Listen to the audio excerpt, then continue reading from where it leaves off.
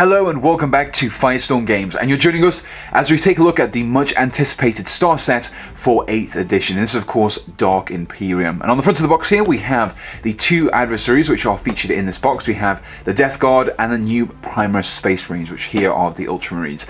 Now let's flip this box over and see what we get inside. So you can see we've got some examples of the miniatures that we get in here, some of the Primus Space Marines and also some of the Death Guard and the new Poxwalkers as well.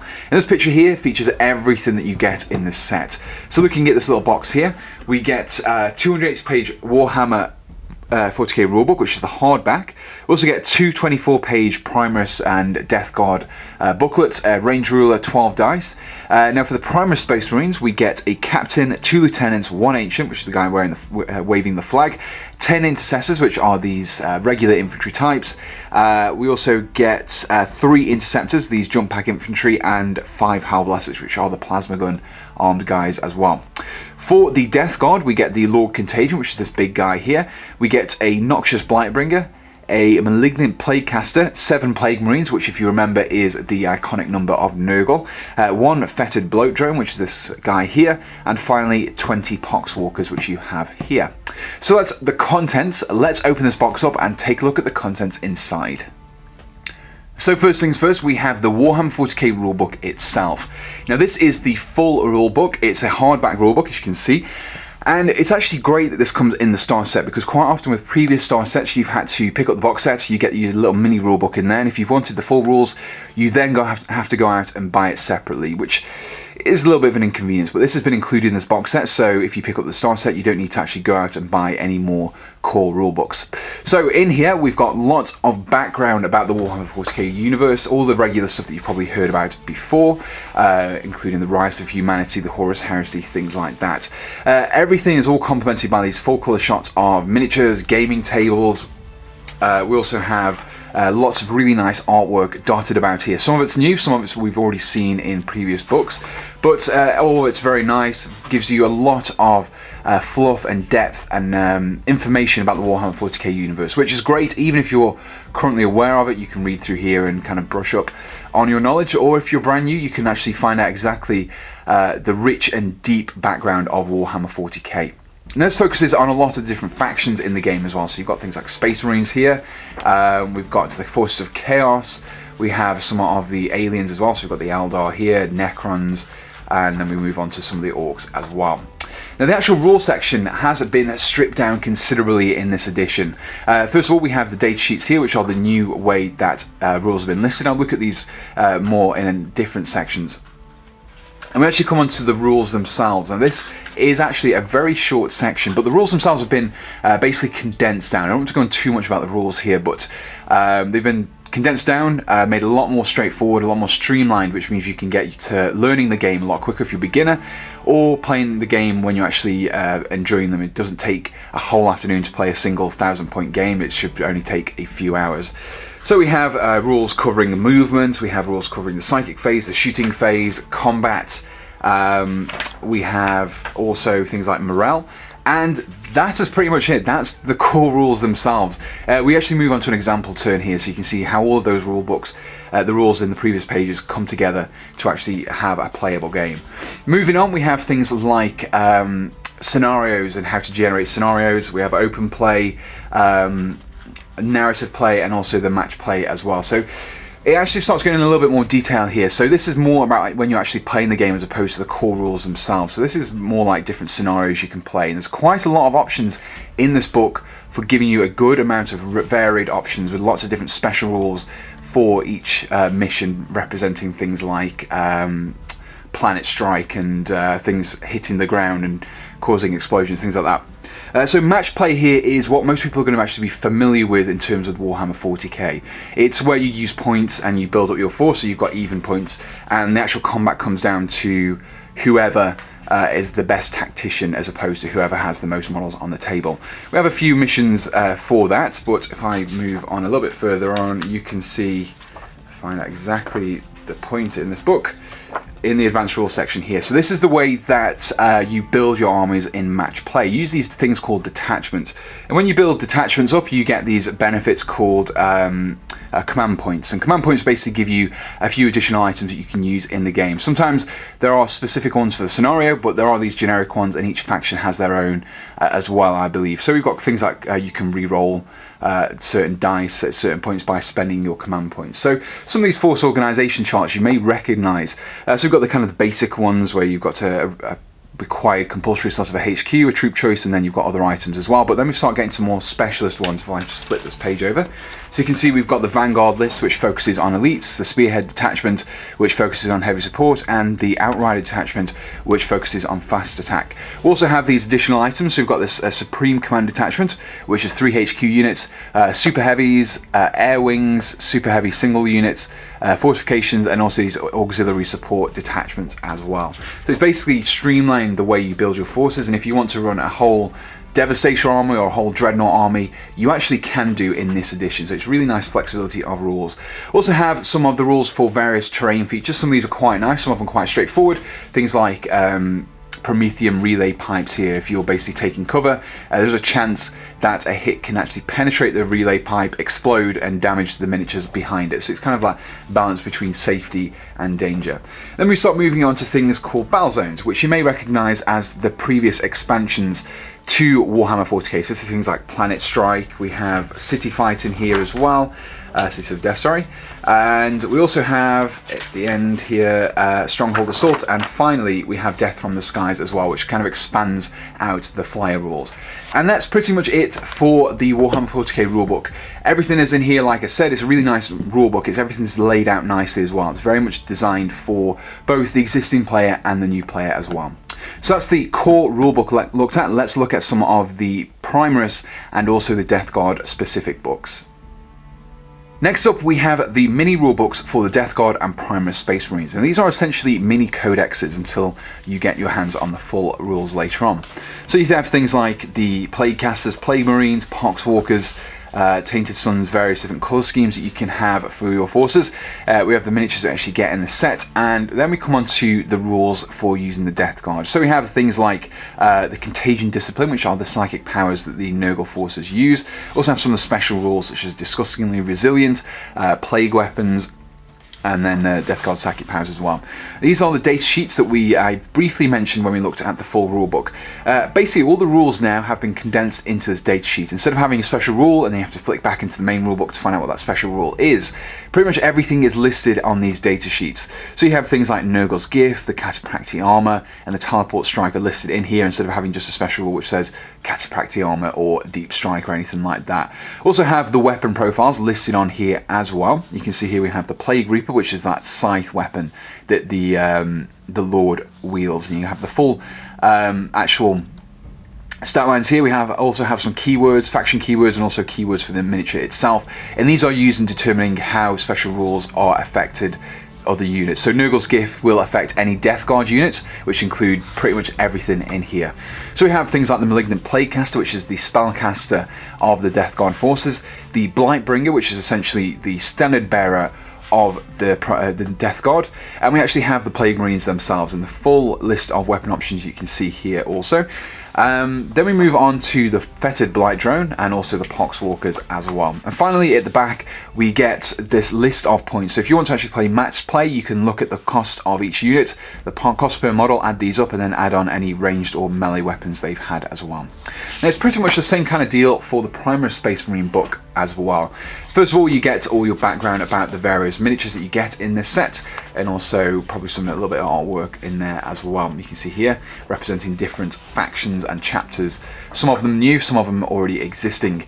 Then we move on to the data sheet as well. So we get special rules for They Shall Know No Fear, the chapter specific special rules, and then we also have the data sheets for each of the individual units in here. So we've got the captain, the lieutenants, the ancients, the intercessor squad, the interceptor squad, the hellblaster squad, and then finally the points cost at the back as well. So that is the rulebooks looked at. Let's look at some of the gaming aids that you get in this set. So here we have some of the additional gaming items that you get in the Dark Imperium box set. So you basically get your dice here, which actually is quite nice, clear red dice that you can see here. We get a number of those, enough to basically to get going with your first few games. Also have this range ruler here, which basically goes from 1 inch all the way up to 12 inches there, which is pretty much going to be most of your range rules. Some of them are going to be a bit longer, but you can basically just lay it down, put your finger, and then carry on measuring as well. It's a nice fact that it's a Perspex ruler as well. You can see through it as well, so you can place it over your miniatures. You can see exactly what the range is and which miniatures will be affected within a certain distance as well. Quite a nice little ruler there. And we also have this little booklet here, which is basically a quick reference of the rules themselves. So everything that you saw in the rulebook for the rules have been condensed down into this little fold-out piece of card, which means you don't need to actually get out your full rulebook for consulting the rules quickly. There's quite a few nice little items that you get in here, which means you can actually get gaming as soon as you open and assemble your miniatures. Speaking of miniatures, let's move on to taking a look at some of the miniatures that you get in this box set. Now, before we look at the actual plastic kits themselves, first of all, we have this transfer sheet, and this is full of Space Marines. And what's nice about this, instead of just giving you the Ultramarines, it actually gives you Blood Angels, Dark Angels, and Space Wolves as well. It's actually quite nicely laid out, so you've got all of your components here for using the Hellblasters, Interceptors, and Interceptors. And then we got character items here. We've got different squad markings, campaign badges, and some additional items such as these checkerboard patterns as well. And these pretty much go all the way down for these. So really nice actual transfer sheets. I'd say better than the current transfer sheets that we have for some of the Space Marines at the moment. Next up, we actually have the instruction booklet for assembling your Space Marines and Death Guard. This is very comprehensive indeed. It gives you a picture of the sprues themselves with all the components, so you kind of know exactly what is which sprue. We also have this kind of rundown about how to use the guide in here. You can see everything's color coded, all the components are numbered, much like any other kind of current Warhammer 40k kit in terms of showing you how to assemble it. So very clear cut and straightforward indeed. First of all, we have obviously the Space Marines. It gives you a brief painting guide, not only for the Ultramarines, but also for Blood Angels, Dark Angels, and Space Wolves. Then we move on to the Death Guard. So we've got Pox Walkers here. We've got the actual Death Guard Plague Marines themselves, the Plague Caster, and then the Lord of Contagion and the Fetid Blight Drone as well. And on the back, we also get the actual colour schemes used on each of these as well. So that's the instructions and the transfer sheet. Let's look at probably the most anticipated part of this box set, which is of course the miniatures themselves. Now, the first sprue that we have here is for the Nurgle components. This is actually the first time that we've seen Nurgle Plague Marines actually rendered in plastic in 40k. So this is very nice to see what we're going to be seeing going forward in terms of new releases. So we've got the Fetid Blight Drone here. We've got one part of it, the other part being there, making up the main bulk of the actual Plague Drone. We've got lots of Nurgle thematics going on here. We've got these tendrils, we've got disgorged flesh, we've got pockmarks, boils, we've got corroded and damaged armor, lots of things you would associate with Nurgle. We've got the main body of the Lord Contagion as well. You can see I've got this distended stomach and the intestines and other items are dripping out of those intestines. I quite like the theming as well of the armor. The armor itself is the Mark III, and that's most apparent in this particular Plague Marine at the top here. We've got some very strong Mark III theming going on the armor. Now, the actual Lord Contagion is wearing the Catapracti armor, which is basically the equivalent Mark III Terminator armor, and you can see the same kind of styling and designs there. Weapon-wise, we've got some really nice weapons on here. We've got the weapons for the Fetid Blight Drone, kind of a bit like chemical sprayers in their terms of game use. Also got things like plasma guns. We've got these jagged knives. We've got ridiculous Plague Reaper here, which is like this big giant scythe kind of axe. Reminds me of one of the Putrid Blight Kings, the Blight Lord for Age of Sigmar, very similar in style to that. So yeah, that's pretty much a lot of the Nurgle components on here. Let's move on to one of the other sprues. This second sprue also contains some Nurgle components, and this actually contains the Nurgle characters that we get in this set. So this includes the Blightbringer and also the Plague Caster as well. Now we've got some Plague Caster components over here. You can see his jetting force, this kind of steaming pile of what I would imagine be bile and other toxic chemicals that have been gifted to him by Nurgle himself. I've also got the components that go into making the Blightbringer there. You can see we've got this tabard draped over the front there, plasma pistol, and this giant bell that's dangling from this growth, this bony growth from the backpack. We've also got a fat little Nurgling there, also holding its bell. Lots more Nurgle iconography. We've got the 3 circle stylings there, and also these plague sensors as well. Very reminds me of the Skaven for Age of Sigmar, the actual plague monks. They're kind of the bells and these kind of sensors as well. Kind of nice kind of cross theming going on between those. Now, one of the things I want to point out about the sprue, actually, it's quite nice because even though you usually probably can tell a lot of these are single pose miniatures, there is some degree of customizability afforded by these sprues. So you can see here we've got this head, and you'll notice it's not got any tabs on or anything. It's pretty much just a standard Nurgle head, and you can actually swap these out quite easily between the different Nurgle Marines. So you can see here we've got this like dish here. There's a few of them, a few spare heads jotting about. Some of them are fixed to the bodies themselves, but some of them are loose like this one. The same goes for the Space Marines that we'll be looking at later on as well. So this is the second sprue. Let's move on to the third Nurgle sprue. The third Nurgle sprue contains most of the Poxwalkers, and these are a very varied bunch of miniatures. We get 20 of them altogether, and there's about 10 on the sprue. We also get 2 of these sprues in the box set. You can see here that all of them are pretty much a similar kind of style, but all very different in their actual appearance. So they are very humanistic in their build, although they do have a few additional arms, a few different additional items, tendrils, spikes, lots of other items. Lots of bare skin on show, lots of pot marks, mutations, and very much in keeping with the rest of the Nurgle items that we've seen before. In terms of posing, there isn't really much going on here. You pretty much just glue a head onto these bodies. Some of them have an arm that you can attach as well, but they're all pretty much single pose. Some very interesting weapons here, very makeshift weapons indeed. So that's the Nurgles looked at. Let's move on to the Primaris.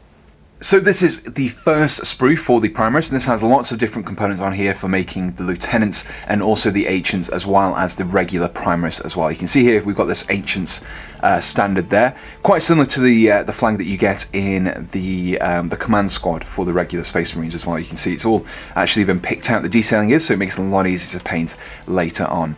Now the Mark 10 armor that these Primaris wear is really nice indeed. It's kind of still styled off some of the existing Space Marine armors that we've seen before, particularly the Mark the 8, the Death Guard wear. It's very bulky, but it also has these kind of Mark 4 motifs as well. So especially this is prevalent around the helmets there. You can just about see this helmet here, very Mark 4 in its stylings. Again, as I mentioned before, this actually is a head that you can slightly pose and also swap around if necessary. The bodies on here are all pretty much single pose again. Not much in the way of customization other than being able to swap out a few of the heads. So this is the main sprue looked at. Let's move on to some of the other Primaris sprues as well. This second sprue contains a number of the Interceptors, as you can see here, from these large jump packs, and also these Assault Bolters, which are incredibly nice in the game, by the way. We also got the actual Commander in Gravis armor. The Gravis armor is kind of like a Terminator armor, but not quite as bulky or hard to move in as regular Terminator armor. You can see that you've got the Iron Halo there, the cloak, which all of these characters always seem to have, and we have the body there as well. So the actual Interceptors themselves are a lot more bulkier in their appearance, not only with their bulk jetpacks, but also have these items on their feet. And just about to see there, you've got these additional kind of hydraulic feet which sit under the regular feet, and they're obviously for when it's landing from orbit, they can hit the ground and it absorbs some of the shock there as well. Very nice bulky armor on the Interceptors. You can see there some more armor plating that is available on some of the Mark 10s. You also have some of the Hellblaster squad weapons here, these giant plasma rifles that you can see there. A lot more bulkier than the regular plasma guns that we've seen from previous Space Marines, but still very nice and identifiable as a plasma weapon. So that's the second Primaris sprue looked at. Let's move on to the third and final one. So here we have the third and final sprue that we get in this box set. Now we actually get 2 of these in here. And this contains a mixture of Inceptors, also Intercessors, and finally the Hellblaster squads as well, as denoted by these plasma guns and these Assault Bolters as well. Now I'm going to go focus on this particular sprue too much because we've already seen a lot of these components already on the previous sprues. So with all of the sprues looked at, let's move on and get an overall summary for the Dark Imperium box set. So that includes our look at the Dark Imperium box set. Now, whether or not you're an existing veteran of 40k, or if you're a brand new player, this really is an excellent game to get started with, because you get your rulebook in there. It's great if you just want to pick up the new rules and some nice new minis, but if you are a new player, you have your dice, your range rulers, and your kind of quick start guide in there as well. So you can start playing with 40k very quickly indeed.